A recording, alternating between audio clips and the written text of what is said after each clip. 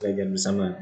Teman-teman semuanya, kita berjumpa lagi untuk membahas soal-soal yang berkaitan dengan penyusun laporan keuangan dan penata laporan keuangan. Baik, soal yang pertama di sini ada perusahaan mempunyai saldo awal dan saldo akhir utang dagang masing-masing adalah 24183 untuk saldo awal, 34655 untuk saldo akhir utang dagang. Total pembelian dalam periode berjalan sebesar 254192, di mana 31590 merupakan pembelian secara tunai dan sisanya berarti termasuk kredit. Berapa total pembayaran atas utang dagang dalam periode berjalan? Baik teman-teman semuanya, langkah pertama kita coba tulis dahulu saldo awal utang dagangnya, yaitu 24183. Kemudian saldo akhir dari utang dagang itu 34655. Nah, kemudian ada periode berjalan, di mana dalam periode berjalan ini ada pembelian. Nah, pembelian di sini ada dua macam. Pertama untuk 31590 ini pembelian tunai, berarti ini tidak ada pengaruh ke dalam utang.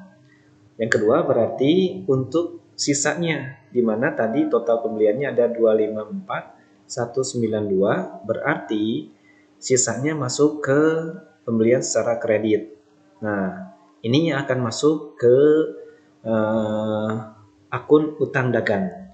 Nah, berarti kita cari dahulu untuk pembelian kreditnya yang menimbulkan utang berapa rupiah. Nah, ini kita cari, ini 2 kurang 0 berarti coba kita lihat angkanya 254192, kemudian 31590 oke 2 0, kemudian 11 kurang 5 6, 3 kurang 1 2, ini 2, ini 2. Nah, ada 222.602. Berarti angka ini menjadi angka utang periode utang pada saat terjadi pembelian secara kredit. Nah, yang ditanya adalah utang dalam periode berjalan.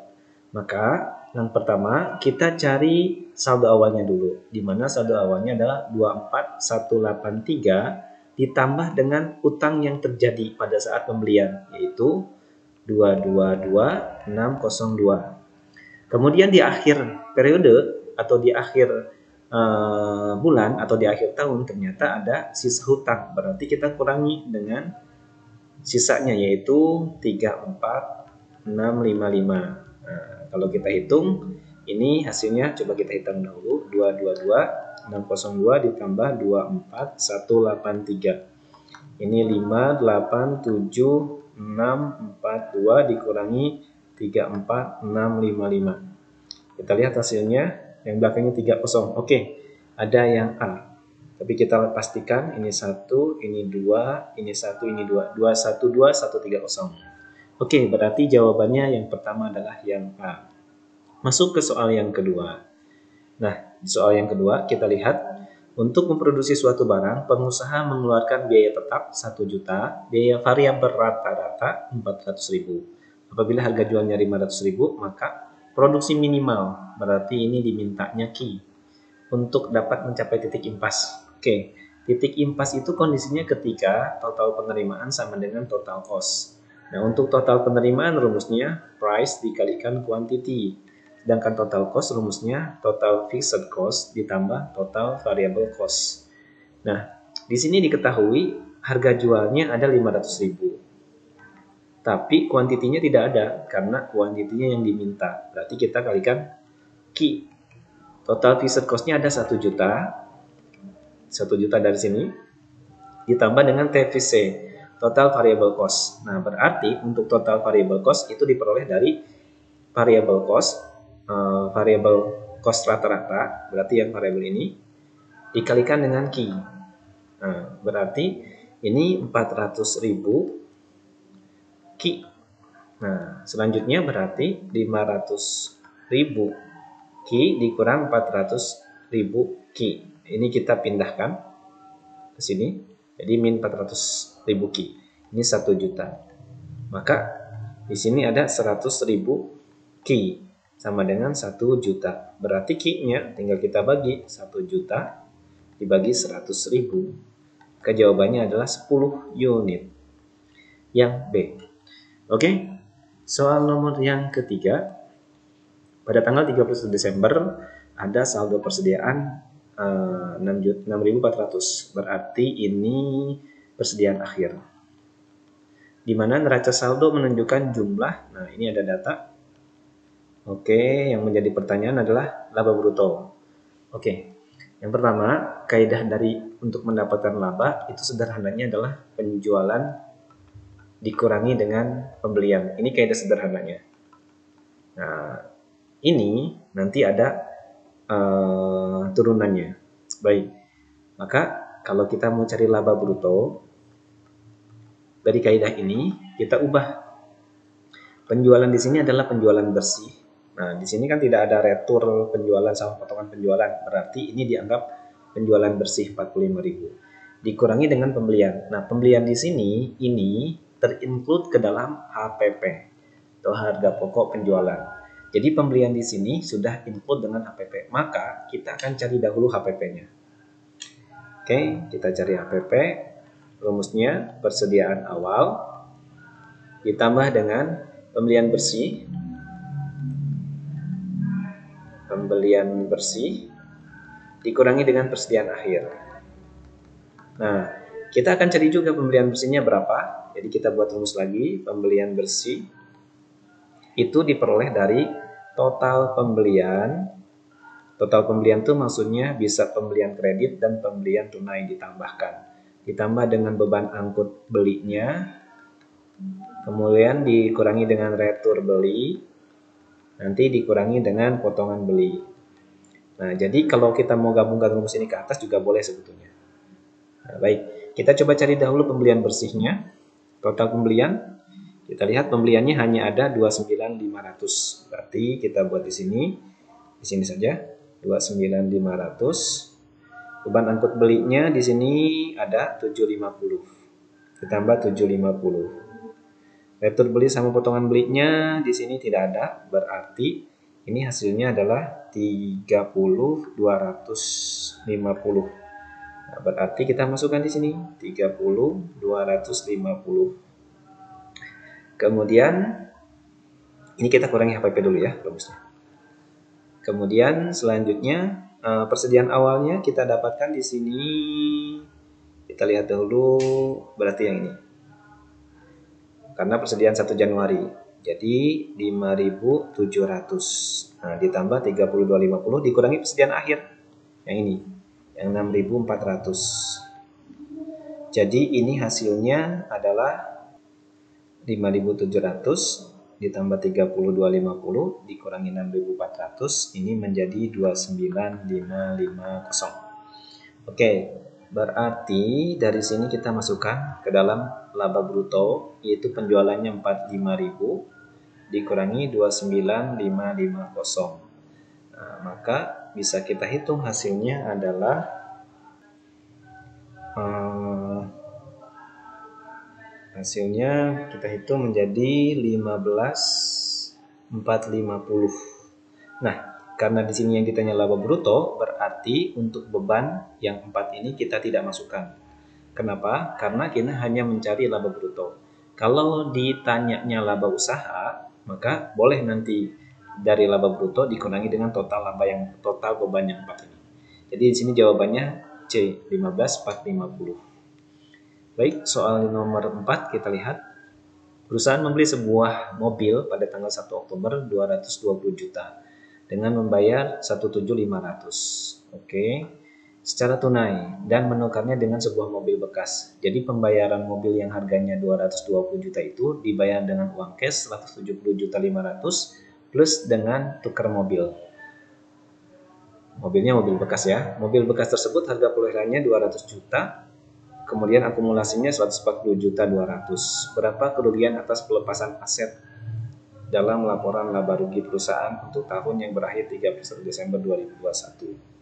Baik, yang pertama kita cari nilai sisa dari mobil bekas. Di mana tadi harganya 200 juta, yang ini 200 juta, kemudian dikurangi dengan akumulasinya 140.200.000. Nah, ini kan hasilnya 59.800.000. Nah, setelah itu kita lakukan pembelian mobil baru. Nah, di mana harganya adalah 220 juta. Kita bayar 170 juta 500. Nah, ini pembayaran pertama dengan uang cash. Berarti ada saldo atau ada sisa 49.500. Nah, kemudian kita bayar pakai mobil. Nah, dengan bayar harga mobilnya adalah 59.800. Berarti di sini ada kerugian aset. Nah, kerugian asetnya hasilnya adalah 59.800 kita kurangi dengan 49.500. Nah, ini kerugian asetnya. Sekitar berapa ini? 10.300.000. Jadi, kerugian aset yang harus diterima oleh pihak yang membeli mobil baru dengan cara membayar mobilnya tunai 170 juta dan membayar dengan mobil bekas, kerugiannya adalah 10.300.000. Soal nomor 5 kita lihat.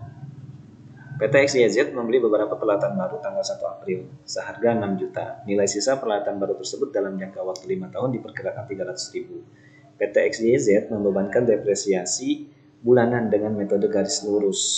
Biaya penyusutan untuk peralatan dalam periode pelaporan 1 tahun hingga 30 September 2021. Baik, belinya tanggal 1 bulan Januari, Februari, Maret, April, bulan 4 tahun 2021. Itu harganya 6 juta.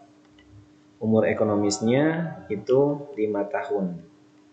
Terus nilai sisanya di akhir tahun 5 tahun kemudian itu 300.000. Pertanyaannya adalah biaya penyusutan sampai bulan September dari 1 bulan 4 sampai 30 bulan 9. Nah, ini berapa rupiah penyusutannya? Baik, kita lihat. Yang pertama adalah kita cari dahulu biaya penyusutannya. Nah, biaya penyusutannya berarti ini biaya penyusutan sama dengan 6 juta dikurangi dengan 300.000. Kita bagi dengan 5 tahun. Hasilnya adalah 5.700.000 dibagi dengan 5, maka memperoleh 1.140.000.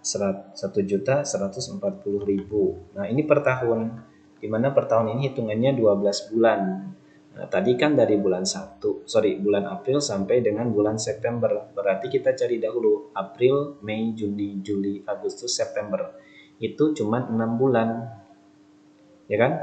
Nah, berarti kita cari dari bulan April, Mei, Juni, Juli, Agustus, September, itu selama 6 bulan, berapa rupiah penyusutannya? Berarti 6 bulan per 12 bulan.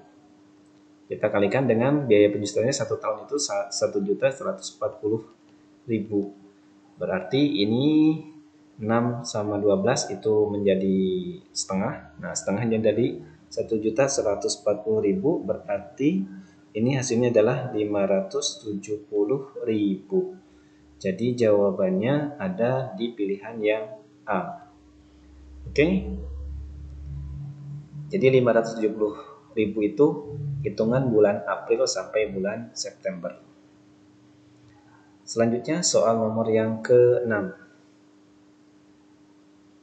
Jumlah tercatat neto dari aset tidak lancar adalah 200.000 pada 1 Agustus 2020.